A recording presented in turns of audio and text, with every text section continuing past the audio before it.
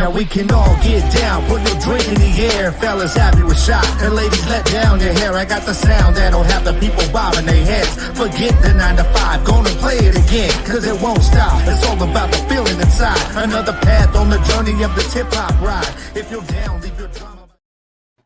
What is up, everybody out here in the Mesilla Valley? You know, whether you're in West Texas, whether you're in Arizona, northern New Mexico, here in our neck of the woods in southern New Mexico, what is poppin', familia? Welcome to another Off the Grid.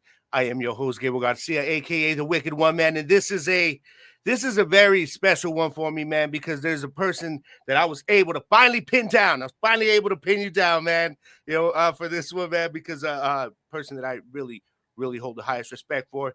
My guest this week, Mr. Damien Willis, man. What is popping, brother? How you doing today? Thanks for joining the show. Yeah, we've been trying to do this for a long time. Yeah, we have, man. We have, you know, but life's been doing its thing. You know, I've been doing my thing. You've been doing a lot, man. You know, when a while back I looked at you, I think it was on your LinkedIn, man, and you have so much. In terms of your creativity and up here and things that you want to do, things that you love to kind of dabble in. Getting started. Just getting started. I was just going to say, but it seems like you're just getting started. So we'll get into some of the things you got going on here a little bit later. But for now, you know, hit everybody with a little bit of background on you, where you were born, what brought you to Las Cruces, man. Hit us up with a little background. So I was born in Fort Sumner, New Mexico, on the eastern side of the state, probably best known for being the place where Billy the Kid is buried and was killed. And after high school, I went to UNM, and I thought I was going to be a journalist, but I took like half a journalism class and I dropped it almost immediately. Probably about 5 or 6 weeks into it. Because I'm really an introvert. And so going out and talking to strangers, I don't know why this didn't occur to me before, that that would not be something I would enjoy. and then you know, the first thing they teach you in journalism, or they used to, back when print was more prevalent than digital, was the inverted pyramid. You know, so you start with your lead, and then you do you write the story kind of from the most important thing to the least important, so they can chop from the bottom, you know, to if they run out of space, you know, if they run out of column inches. And I thought, it just feels like there's no room for creativity. It feels like you're plugging words into a math formula. And that wasn't very exciting to me either. So I kind of decided then and there that I was never going to be a reporter. I'm probably never going to be a journalist. So I became an English major, kind of some literature and some creative writing. And one weekend, I was about 5 years into my college career,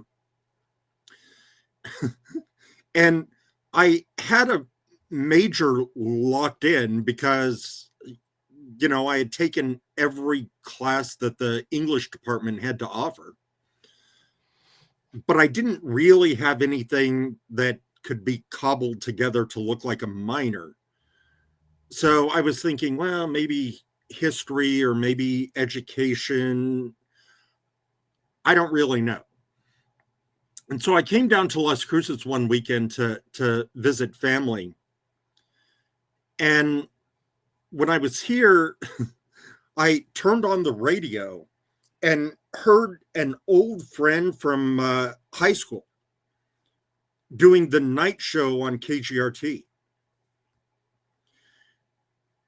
And I called her up on the hotline, the request line, And she said, "Oh my God, you've got to come down to the radio station. You've got to check it out. We have to catch up."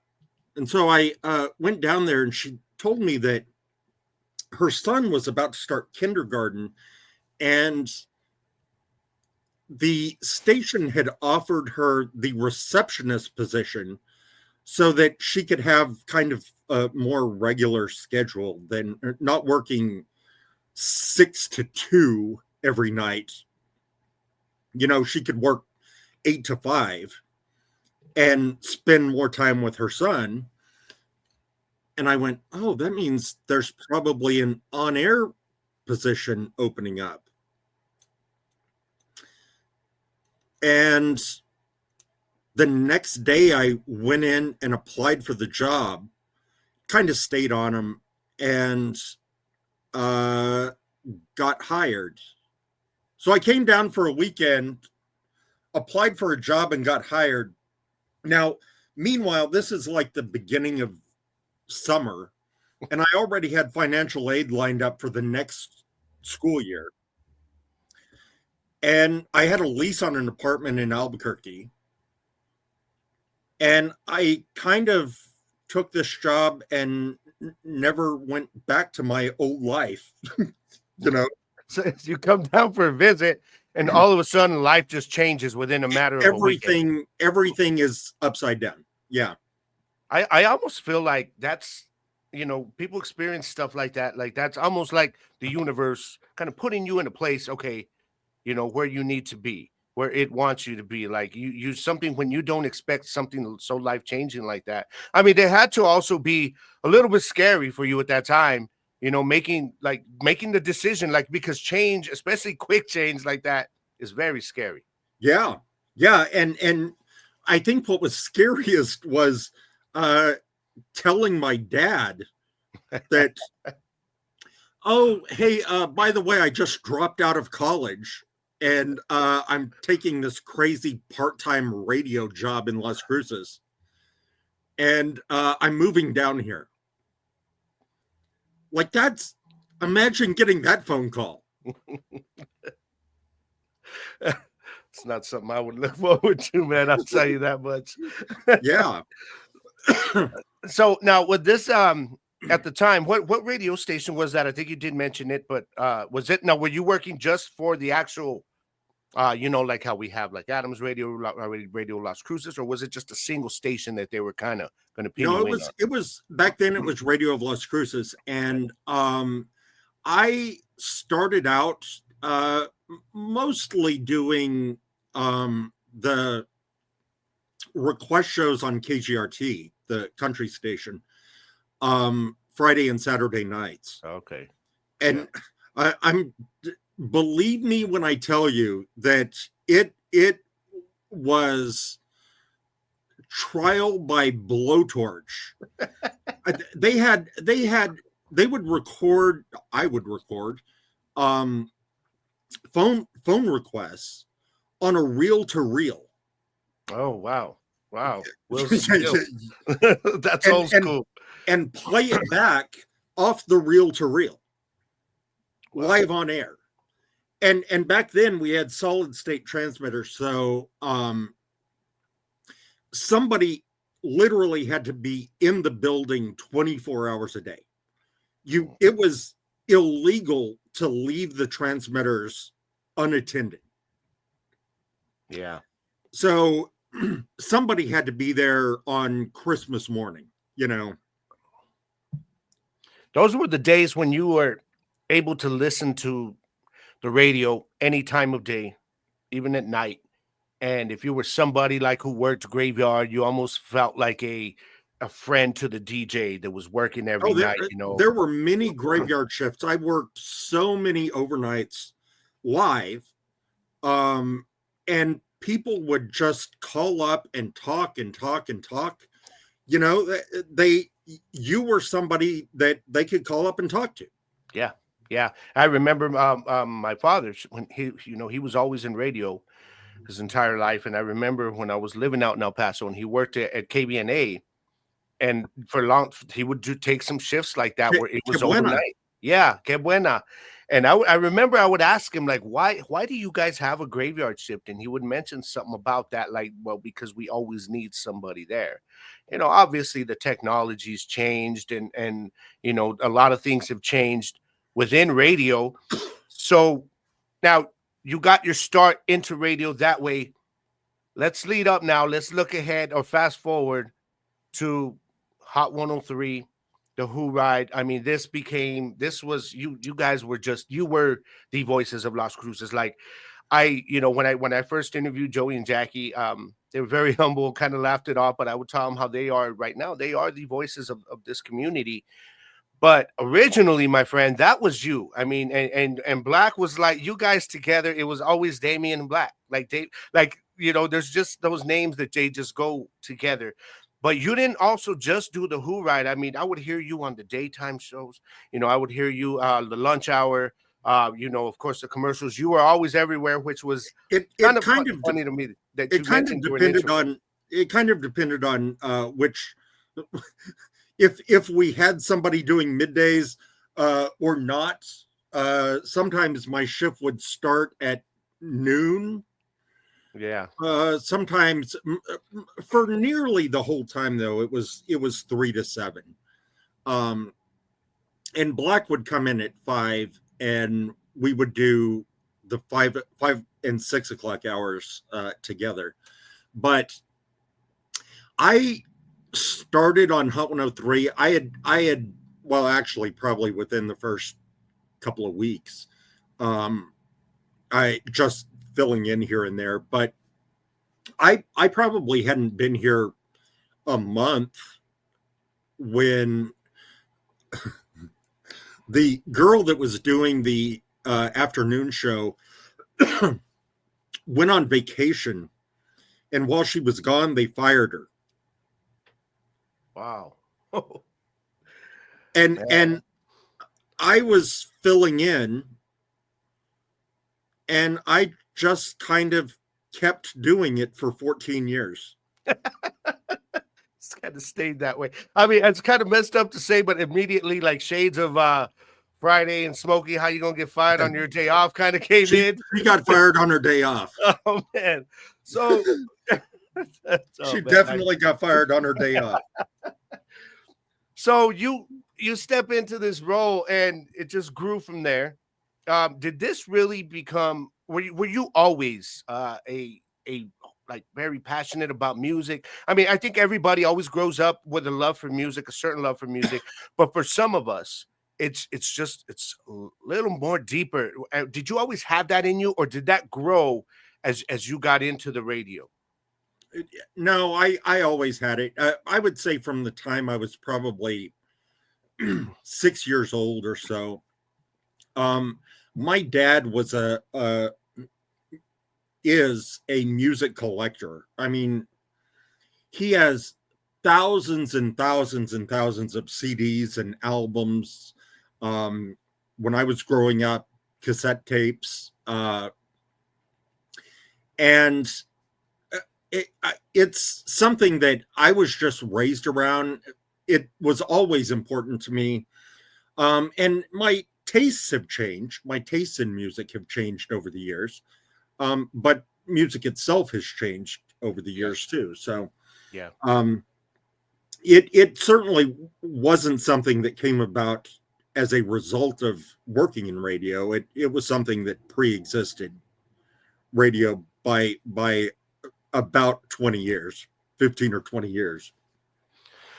Looking at your time there, some of I mean, like I said, you were always everywhere, and it's funny to me when you mentioned earlier about you being, always being an introvert, because when you became really the face of Hot 103 and of the community and the voice of the community, you were everywhere, man. And your presence was always noticed because, you being tall, you always had the suit on, and everybody knew who you were.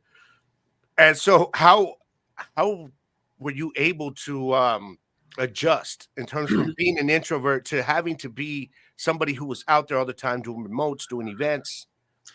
I don't think it's I don't think working in radio is necessarily, I don't think it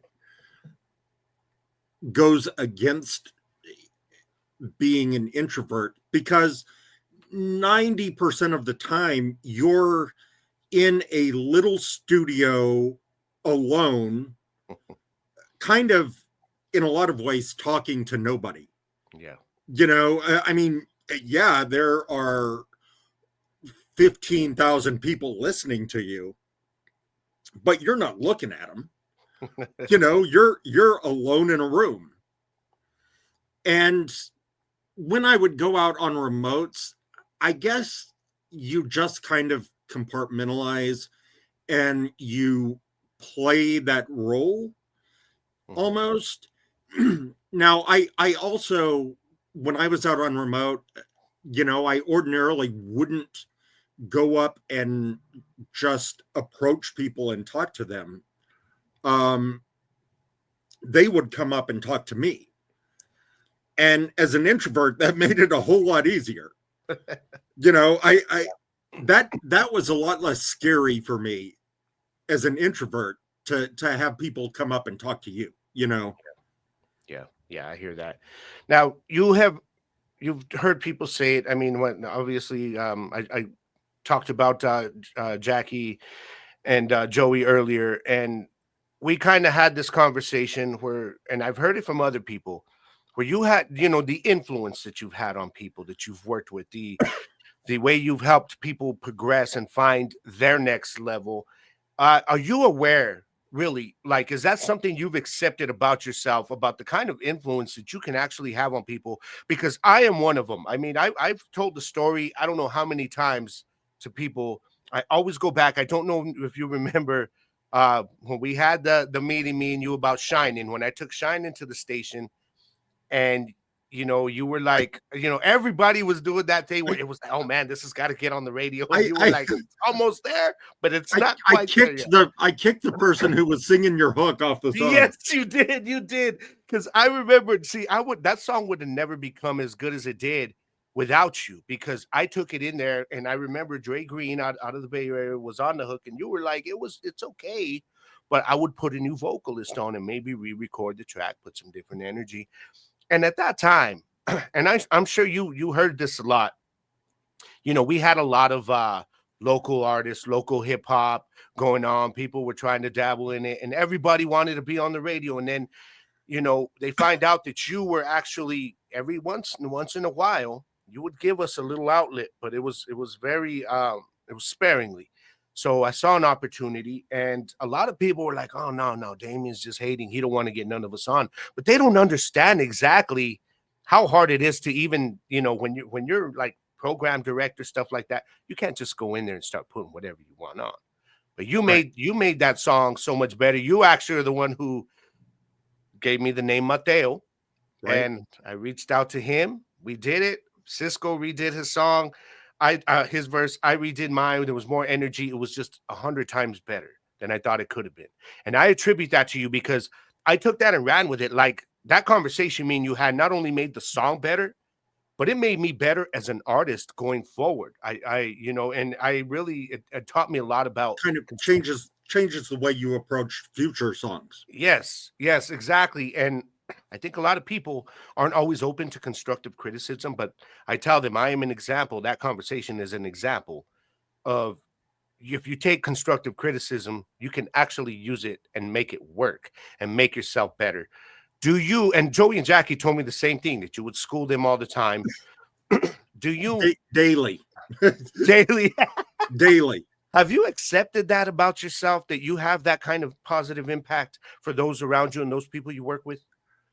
I've seen it, and when I was on Joey and Jackie's podcast, they asked me what it is I see in people to help develop their talent, and I said, I don't know. I think it's different from person to person. Mm-hmm. I've certainly seen it happen, but it's one of those things that happens. Well, you were in the Hot 103 studio when it happened. We the first time I heard Shinin', you brought it in and we listened to it in there.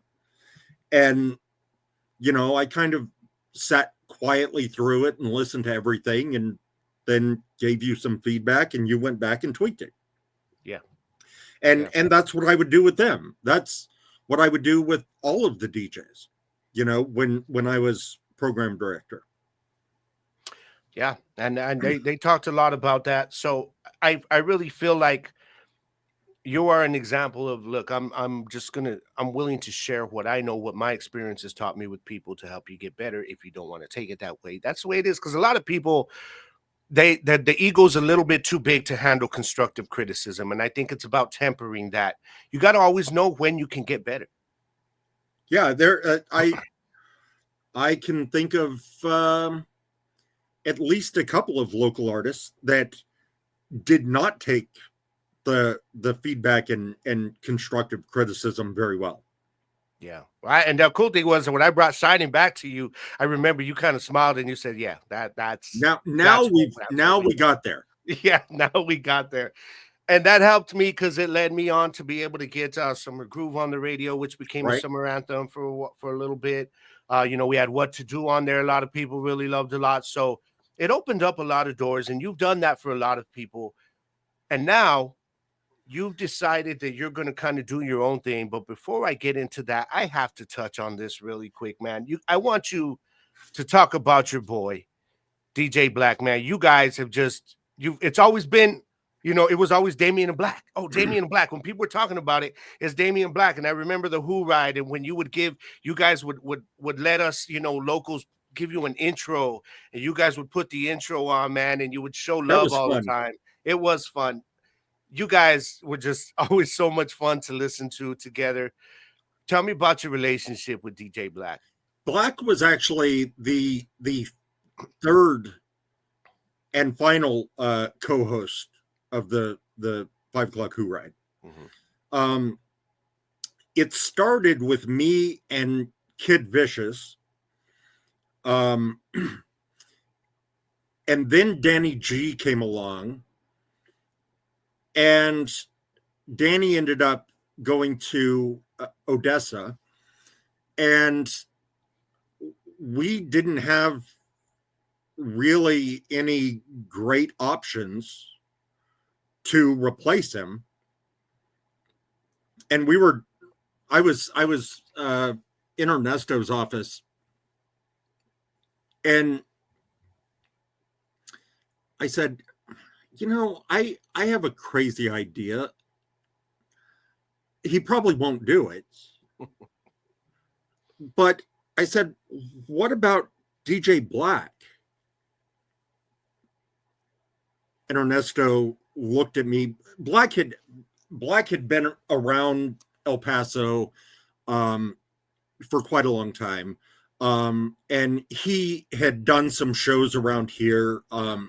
I remember some shows that he did, like nights at the Rainforest. Yeah. Like way back in the day. And he was in Albuquerque, I think at Wild 106. And we called him up, and they had just changed the format of the radio station. Like days earlier. I mean, it had just happened very recently. And they fired all of the Wild 106 jocks. Wow. So Black was kind of, on the beach, as we call it. He didn't really have anything going on. And so he moved down here with like nothing. The clothes he was wearing, had no place to live. He eventually got a place. One of the things that he asked whenever we were talking to him about the job, he said, well, I would certainly consider it if you guys have a Church's. No, a Popeyes. If you guys have a Popeyes. And we said, yeah, we've got a Popeyes. And so we moved down here, started on the 5 o'clock Who Ride and doing nights. And about 3 weeks after he moved here, Popeyes closed. Yeah, that's what we had on Telshore, right? Yeah, that was the one up on Telshore by Celebrate. Yeah, I remember. and it shut down like right after he got here. So we thought we were going to lose Black when we lost Popeyes, but he decided to stick around, and I guess the rest is sort of history. Yeah. Well, you guys were always such a great team together, and it was something that we couldn't be more different.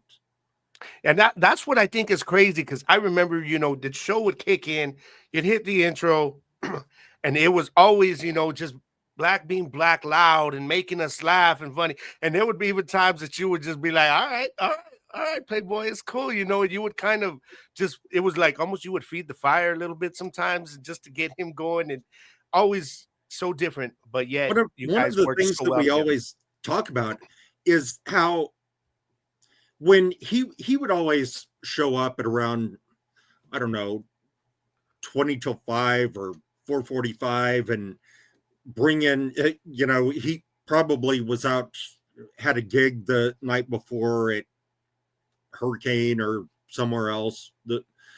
And he would come in and set up his turntables, and we wouldn't say a word to each other. Not hi, hello, nothing, until those mics turned on, because I knew he had already been thinking about how the show was going to begin, and I didn't want him to blow it off the air. I don't want to hear about it until I'm hearing him and we're live. Yeah, it's like an organic reaction. Yeah, I don't want to ruin that spontaneity of the show, because I think that was a lot of the energy of the show. Oh yeah, I agree. And it's kind of cool, because that is an example of the chemistry. You guys trust that as soon as those mics go on, even if you said not one word to each other, the show's just going to kick off and it's going to pop. we know. And if there were some days when I didn't know what we were going to talk about, but I knew I didn't have to worry about it, because all I have to say is, "What's going on, Black?"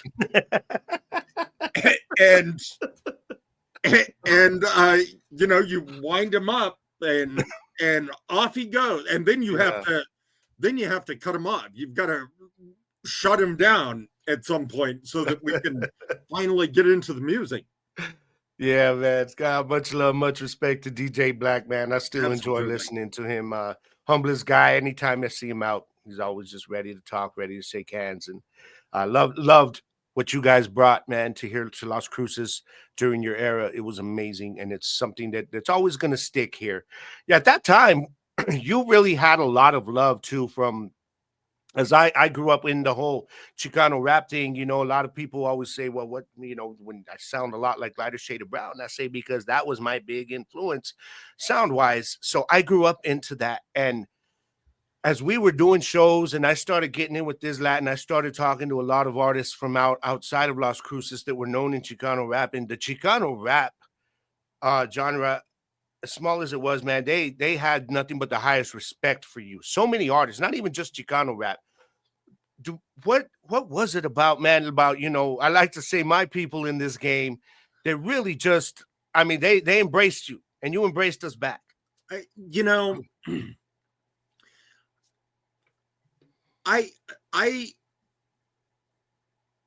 was born and bred in New Mexico. I've lived here my whole life. I've never lived anywhere else. And I think, it's my culture too.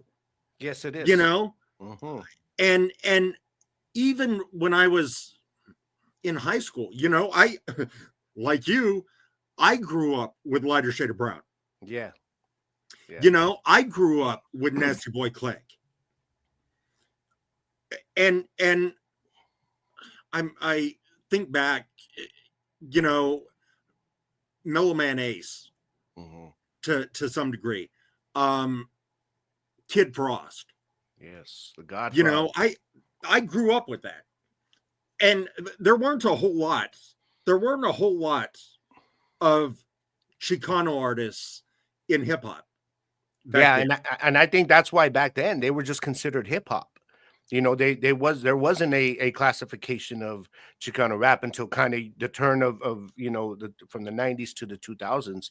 Right. But yeah, I mean you're right. There wasn't a lot of them. So those who were out there getting play on MTV and on the radio, they were just classified as hip hop at the time. Right. And so when I got here, I don't know, I had probably been here 6 months maybe. And the station would have been about a year old at that time. Hot 103 came on the air January 1st of 01, and I started at the station around the beginning of June of that year. And then about 6 months after that, they made me the music director of the station. So I hadn't been the music director very long, and somehow I think that it was Indy Rida's Runaway ended up on my desk. Great song. And I gave it one listen, and I said, that's it right there. Yeah. That's what we need to be playing more of. Yeah, because I remember when Hot 103 first came around, they were just kind of, it was more like a top 40 type station. Yeah, it was right? very poppy. It was for me, for my taste, it was almost unlistenably poppy. You know, it was nightmarishly poppy.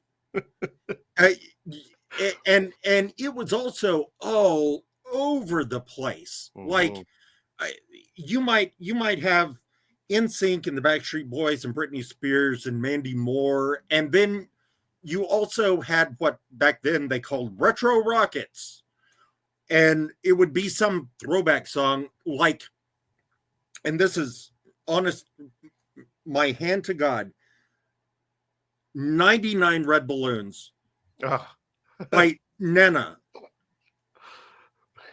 And then you have Lone Star coming in after that. Yeah. Yeah. I'm already there. Right. Yeah. Like, what is going on? So I had to kind of reel it in and carve out an identity for the station. And I think we did that. And we did that really relatively quickly. And I would say that the Chicano hip hop really played an important role, a key role in doing that. And it kind of became the thing that set us apart from every other station. Yeah, absolutely. Absolutely. I agree. It definitely made it. That was, I think, in my opinion, was when Hot 103 began to kind of find a path to where it is today. You know, and I mean, that's all you, man. So I got to give you your respect for that. You saw a vision and you went after it when you were given the opportunity, and it worked. It definitely worked, especially for this part of the country. You know what that's just the stuff that we love. That's the stuff we like to listen to, and it became a thing here. So and that actually opened the doorway, not just with a lot of the like MB writers, but I mean, you started playing hip hop, period. You know, and there was a lot of hip hop, but we never had that here before, man. Oh, I bet. We never had that here before. We had to, back in the day, you remember, we had to hope that our radio had a good enough antenna to get power 102. And it didn't. I mean, you would drive around town and depending on where you were, you know, it would come and go. Yes, yeah, exactly. So we finally had something of our own, man. Much respect to you always for what you did. You know, for radio, for local artists, for hip hop, for everything here. It was needed. Now let's fast forward, man, because you have got, I would like to say that like your baby, that something that you had been working on for so long. And I remember you didn't want to talk much about it till you had things in place. Well, now it is out there. It is there for all of us to see. And I'm a subscriber. I check the website all the time. Oregon Mountain News. I love it. I love it. I love what you've done with this. What all everybody that is a part of it. What you guys are are putting together and building here for the community. What inspired this? What brought this on? Well, it's actually something I've been thinking very seriously about since probably late 2013. Wow. So over 10 years I've been thinking about doing this.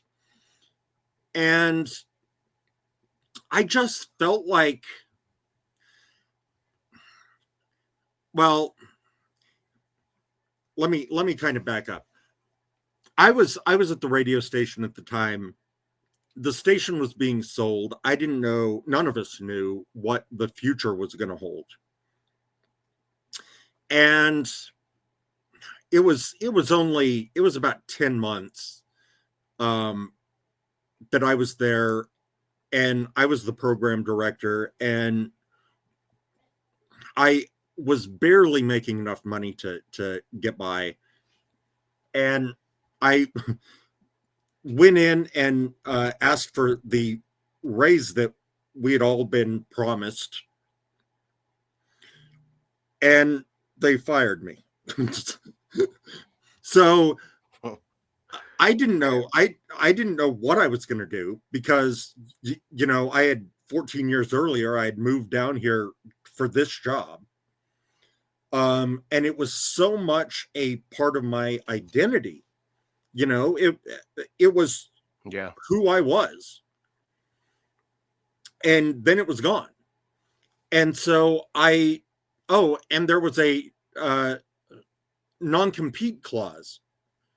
I think it was 2 years. Wow. So wow. They fired me, and then you can't go across town and work the other radio stations. Yeah. Wow. So the only option, if I wanted to stay in radio, would be to either commute to El Paso or move somewhere else,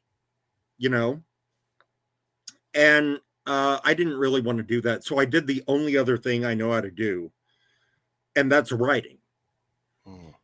And so I started freelancing for everyone, for the Sun News, for the Bulletin, for all of their special publications like the Legislative Guide, and some advertorial content, about like business profiles and things like that. Mm-hmm.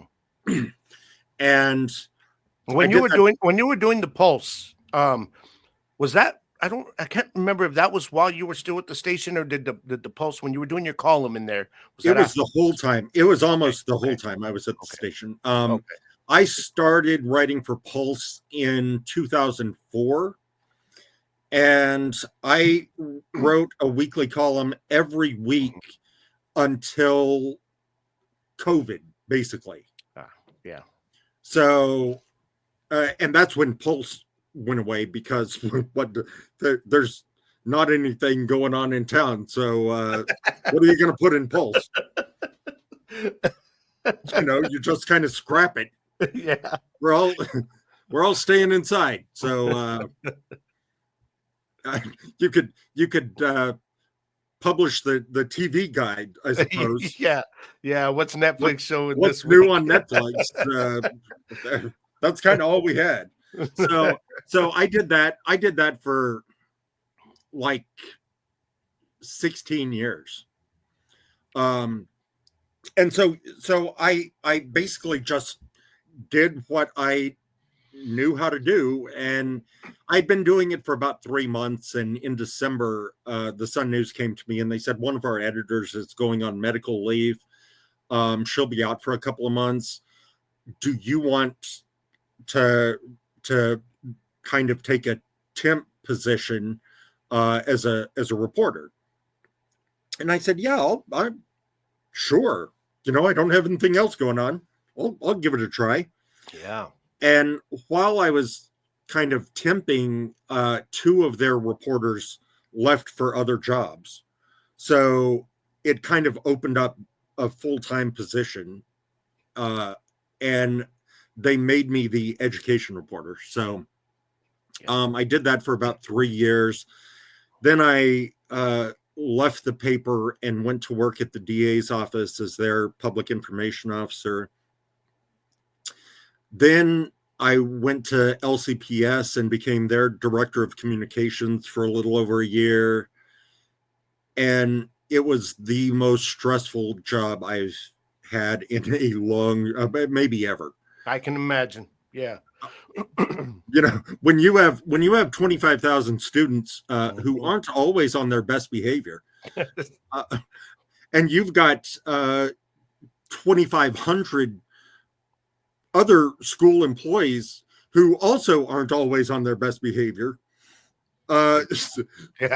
It's super, and you've got like schools going on lockdown almost every day. Yeah. Yeah. So you've got you're writing up letters saying, here's what happened, send it home with the kids to the parents. Oh, this afternoon, we went into shelter in place for an hour. There was police activity in the neighborhood or whatever it was. But it was stressful. So after that, I decided, okay, now's the time I'm going to start Oregon Mountain News. And I kind of spent that summer working on getting the pieces together. And right around the end of August, this was 2019, I got a call or an email from Lucas Pierman, who was the managing editor of the Sun News at the time. And he said, hey, we should get together and have lunch. And I thought, uh-oh, he's probably heard about what I'm trying to do and may not be happy about it. Or he wants to offer me a job. Oh. And two ends of the spectrum there. And it turned out he was offering me a job. Wow. So instead of getting Oregon Mountain News off the ground, I ended up going back to the Sun News, where I stayed for 3 years or so. And my roles there kept changing. We would have quarterly evaluations, and there would be something new added to your plate, or they would take something away. And while I was there, I started a podcast for the Sun News called The Reporter's Notebook. And we also had a weekly newsletter, email newsletter that went out, kind of went along with it, where the purpose of each of those was to kind of pull back the curtain on the reporting process, to kind of bring some more transparency to how stories are reported, and to talk to the reporters about how you came across this story. What was it like to kind of try to nail it down? What went into it? And just kind of rebuilding trust with the community. Absolutely. And I really enjoyed doing that. And it went for about a year and a half. And I won a few New Mexico Press Association awards for it. And everyone seemed to really respond well.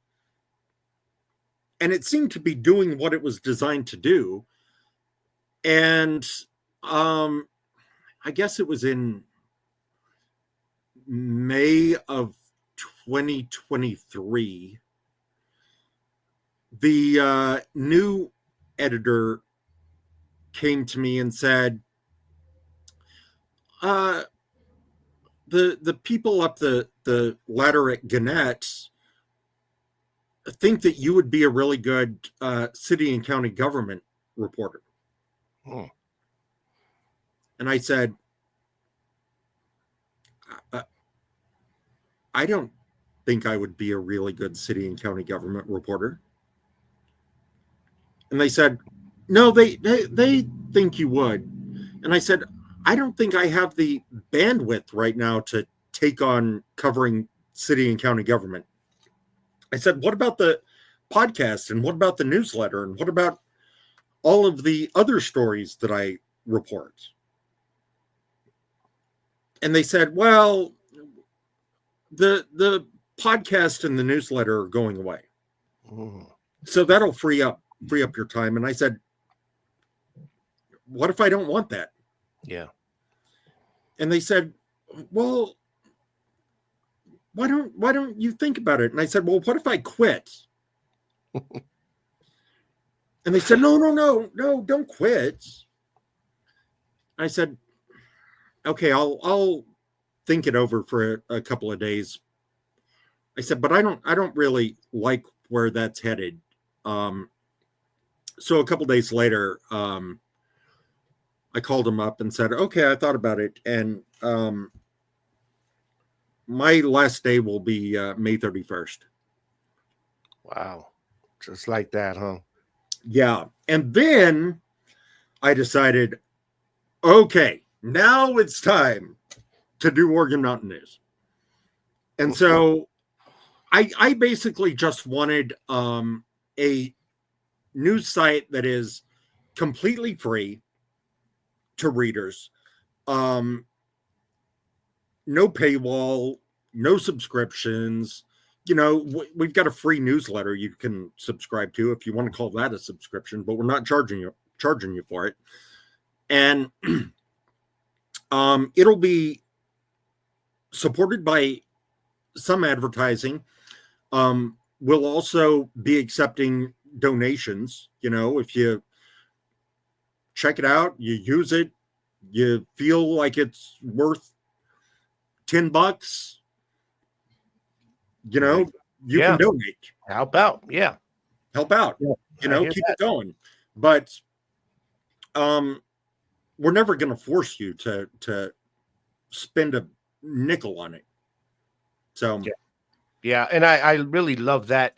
And I think a lot of people are starting to hear about it more, you know, as many of us share it on through social media, stuff like that.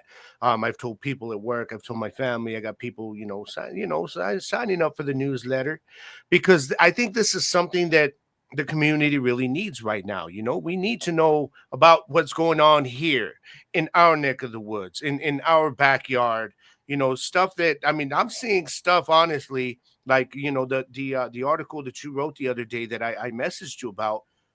It took about, I think, 2 days for me to see it on from the other guys.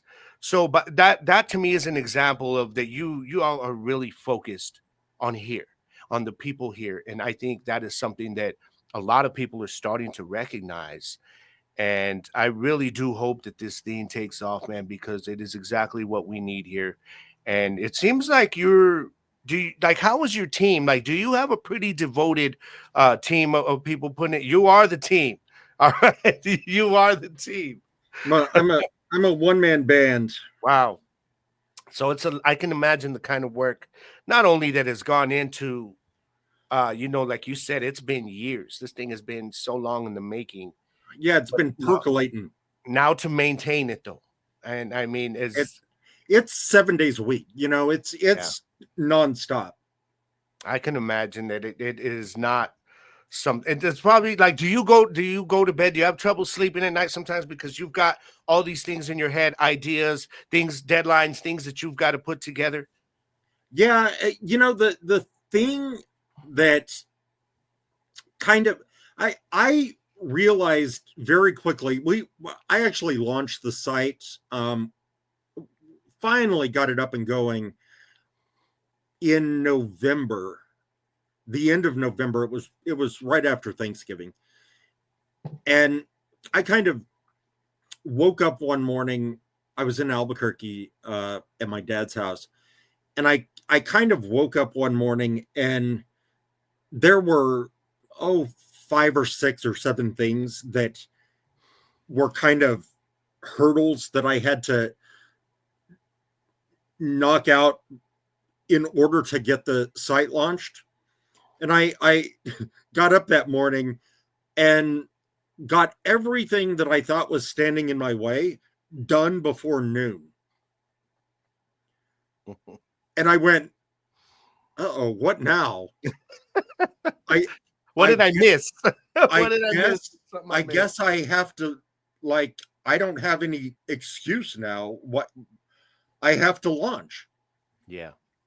And so I just wrote up a quick little, here's who we are and here's what we're doing, and put it out there. And it was the first post. And since then it's just been nonstop. But I realized really quickly that I understand the editorial side of things, but the business and administrative side is like a foreign language to me. You know, that's a whole, the taxes and all of that stuff is just, I realized real quickly, like I just felt like I was in over my head and there was so much to learn.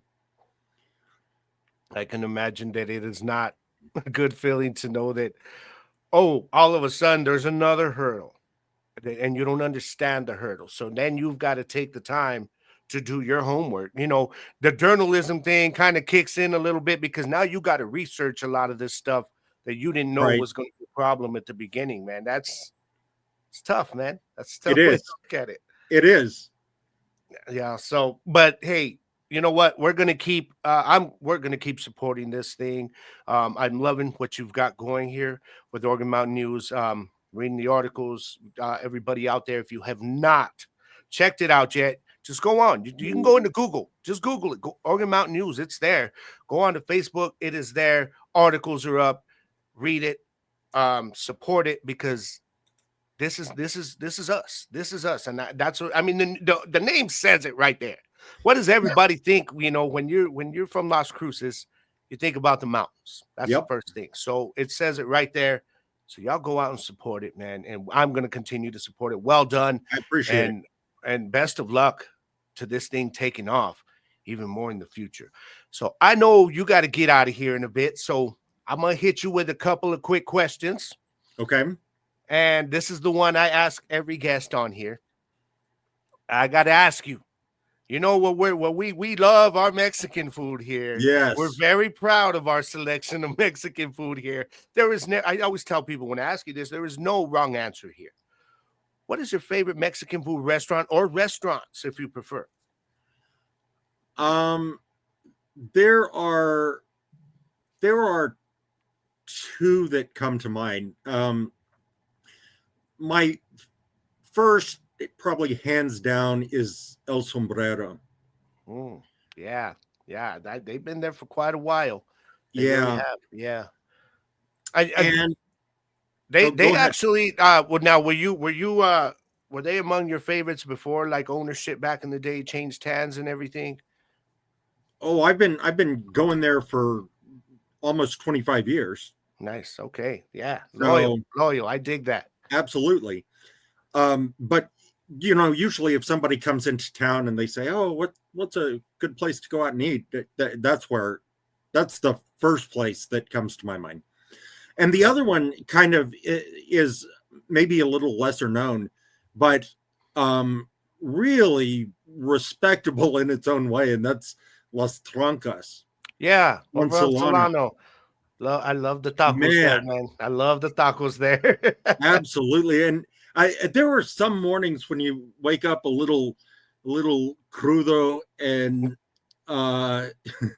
you know, if you just get a big bowl of beans with red chili, Amazing, isn't it?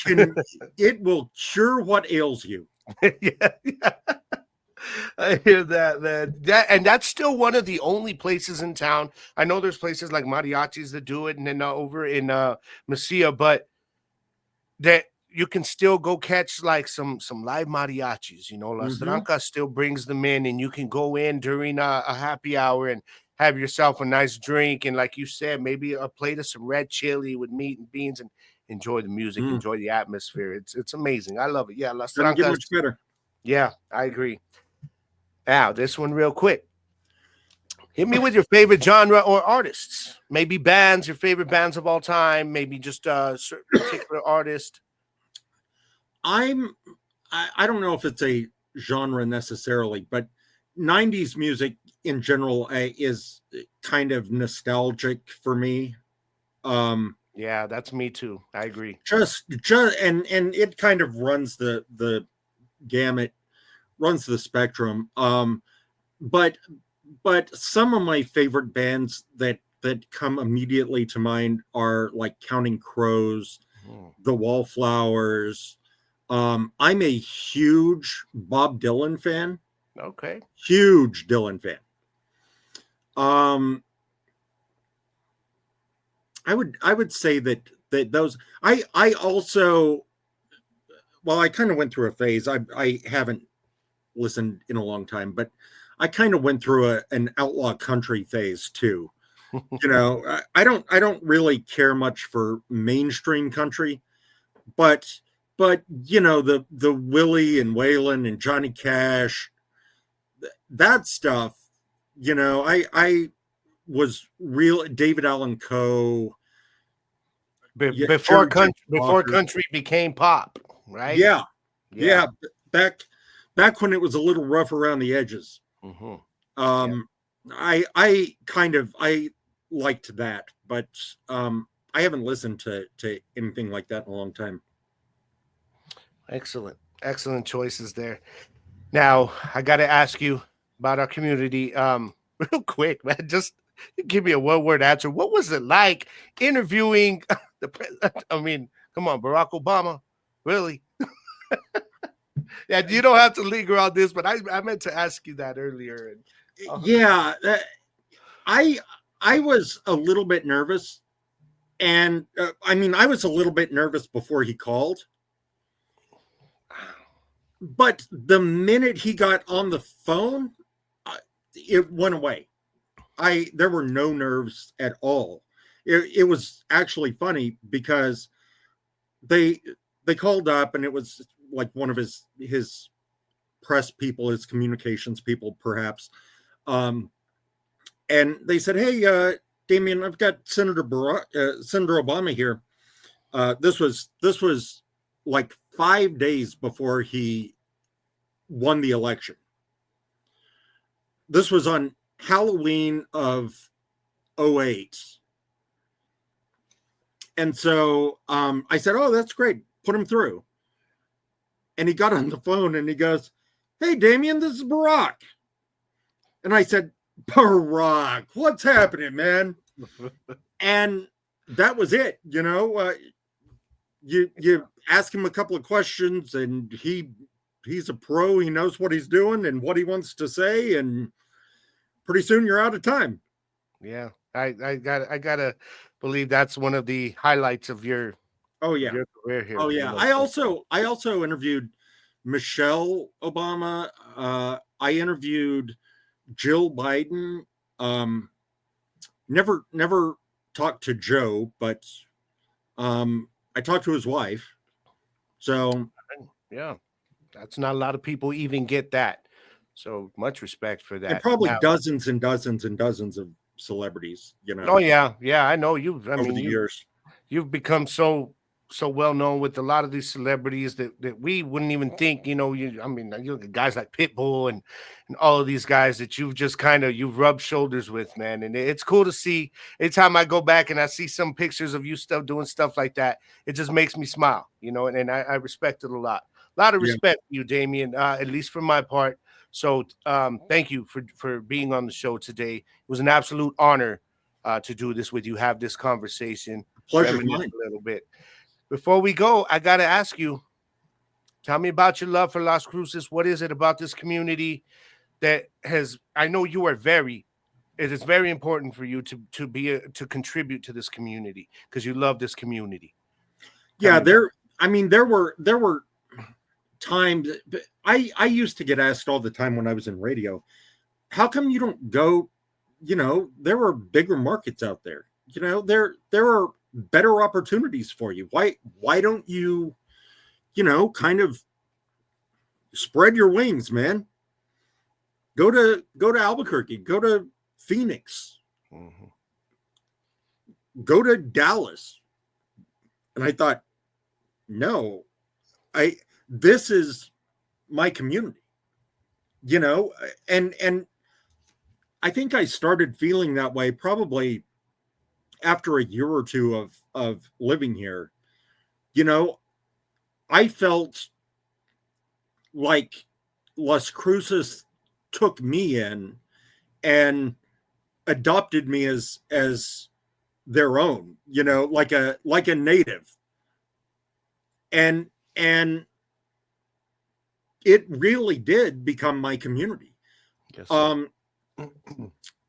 And I would often say, it's a whole lot more comfortable to be a big fish in a smaller pond, and if I go to another market, another city, you basically have to start all over again. Yeah. You've got to start making a name for yourself all over again. And why throw away all of the hard work that I put in here? And then when I got into journalism, a journalist is only as good as his Rolodex, if you know what I mean, your contact list, your sources. And this is my community. It's easy for me to work here because I know everybody and they know me. Yeah. And they know they can trust me.